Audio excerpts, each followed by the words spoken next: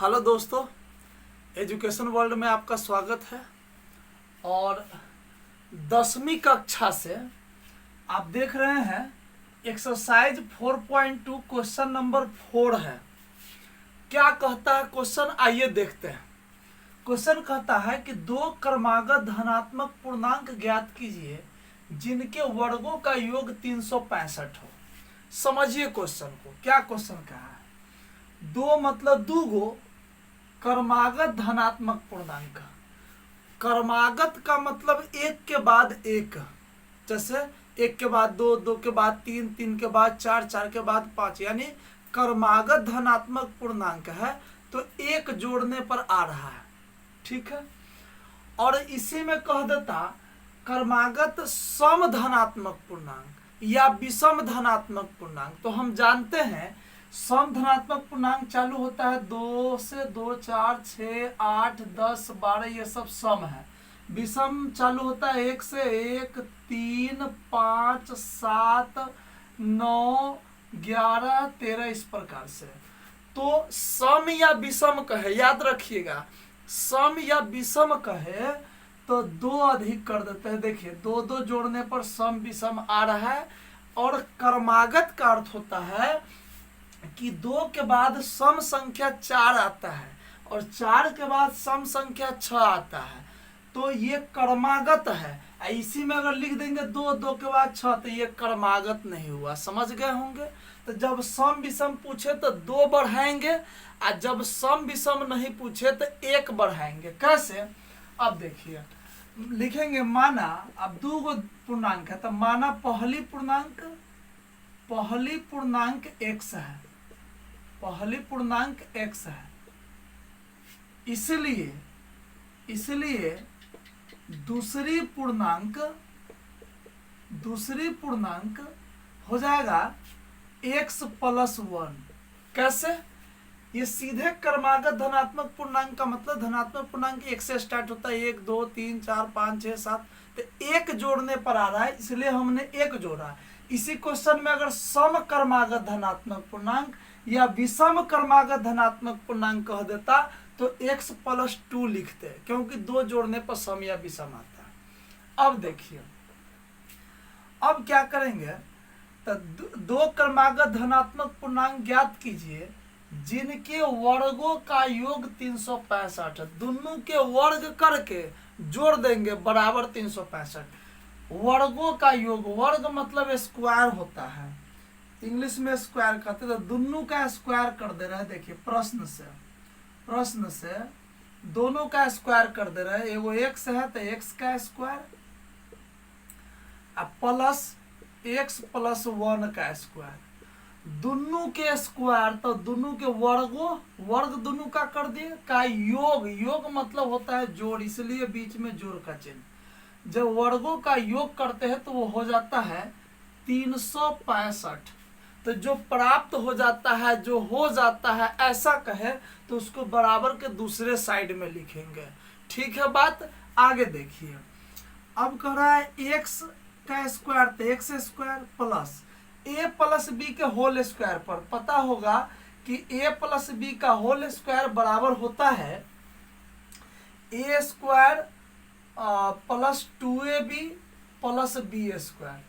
तो इसी फॉर्मूला पे a स्क्वायर यानी पहिलका के स्क्वायर और दूसरका के स्क्वायर है ना दोनों, और उसके बाद +2 और दोनों के गुना कर दीजिए। तो देखिए पहिलका का स्क्वायर, तो पहिलका x है तो x का स्क्वायर +2 फॉर्मूला से ए बी का मतलब a गुना b, तो ए बी यही दोनों होता है, दोनों को गुना कर देंगे x × 1। अब प्लस यहाँ से b स्क्वायर, तो b के जगह 1 है तो 1 का स्क्वायर बराबर 365। अब है x स्क्वायर प्लस ये वाला x स्क्वायर प्लस 2 इकाई 2 को x से 2x, 1 का स्क्वायर 1 बराबर 365।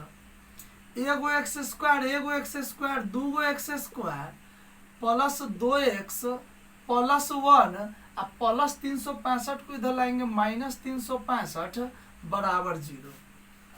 2x स्क्वायर प्लस 2x +1 है -365, तो चिन्ह नहीं मिल रहा है तो घटा देंगे। 365 में से 1 घटाएंगे -364 बराबर 0।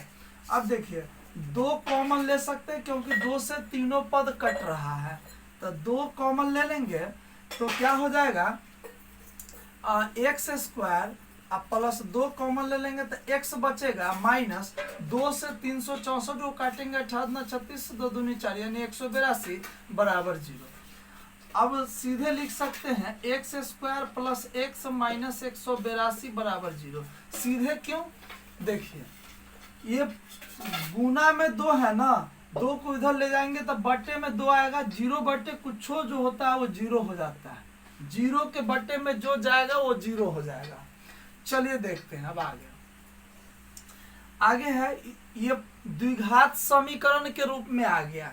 अब द्विघात समीकरण के रूप में तो देखने से पता चल रहा है फर्स्ट इंटू लास्ट कर देंगे इसको। देखिए कैसे, फर्स्ट सेकेंड लास्ट 3 पद है तो फर्स्ट और लास्ट को पहले लिख लेते। देखिए x² है तो लिख लेंगे x², -182 है तब -182 बराबर 0 तो बराबर 0। ये +x, x को 2 पदों में तोड़ना है। कैसे तोड़ेंगे? देखिए पहले तो x² -182 को गुना करेंगे तो -182 x² आ जाएगा, ठीक है। अब देखिए -182 x²। अब शर्त ये है कि बीच वाला पद जो हमने छोड़ दिया है यहाँ पे, ये बीच वाले पद को 2 पदों में तोड़ना है।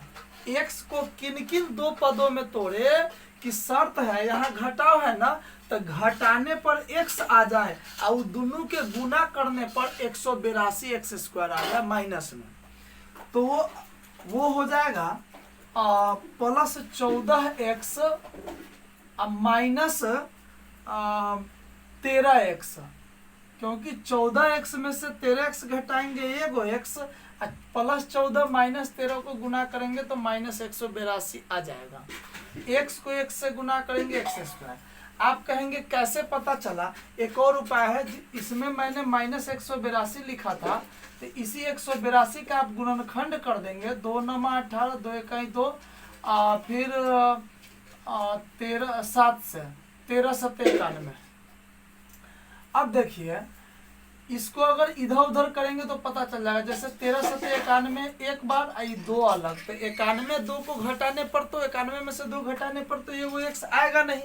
फिर देखिए इस दोनों को एक जगह कर देते हैं, 13 26 आई 7 को अलग, 13 दूनी 26 आई 7 को अलग कीजिए तो 26 में से 7 घटाने पर भी x नहीं आएगा। अब तीसरे प्रकार से 7 दूनी 14 आई 13, तो देखिए 7 दूनी 14, 14 में से 13 घटाएंगे तो ये वो x आ रहा है। हो गई ना बात पूरा।